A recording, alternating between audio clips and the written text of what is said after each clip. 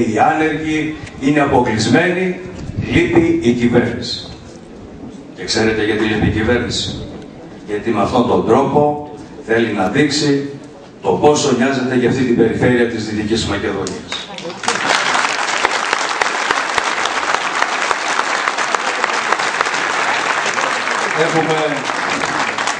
Έχουμε δύο υπουργούς από την Περιφερειακή Ενότητα Κοζάνης, όπου εγώ θα το θυμίσω για το θέμα της ΔΕΗ, που όλοι συμφωνούμε εδώ και στο Περιφερειακό Συμβούλιο, και ο Γιώργος και ο κύριος Μουμουλίδης και οι υπόλοιποι συνάδελφοι, ότι για μας η ΔΕΗ είναι αδιαπραγμάτευτη και ζήτησαν την παρέτησή τους.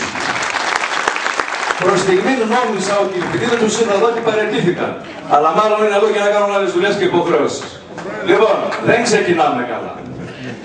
Ξεκινάμε σε πνεύμα ενότητας και αυτό σας υπόσχομαι να το διαφυλάξω, αλλά θυμίζω, ενέργεια και νερά διαπραγμάτευτα. Κάτω τα χέρια από τα νερά και από την ενέργεια. Αγαπητέ Γιώργο, έτσι προσφύγατε και προσφύγαμε στη δικαιοσύνη για αυτά που κλέψαν μια βραδιά στις αρχές δεκαετίας του 2000, που πήγαν και μεταφέραν τις εκτάσεις της περιοχής μας ως περιουσιακό στοιχείο στη δημόσια επιχείρηση ηλεκτρισμού για να ανεβάσουν τη χρηματιστηριακή της αξία. Κύλησε πολύς πολιτικός χρόνος, αλλά πάντα είχαμε εναλλαγές των ίδιων κυβερνήσεων. Δεν χρειάζεται δικαστικός αγώνας.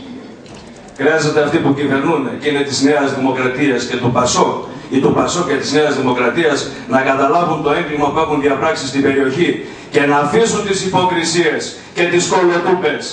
Εγώ τα 5 χρόνια που πήρα εντολή από όλους εσάς, δεσμεύομαι, κολοτούπα δεν θα κάνω.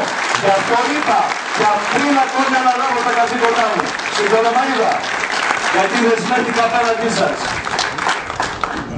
Εάν η κοινωνία που ζήτησα να δίνει συνεχή εντολή και εμείς να υπηρετούμε, δεν είναι οι πολίτες απέτες.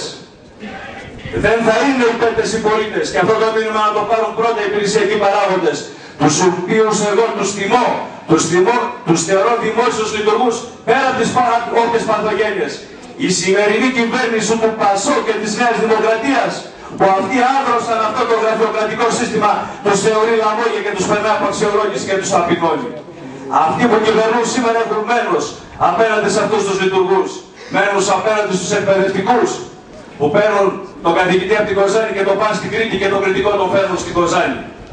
Μέσα σε μια οικονομική κρίση που δεν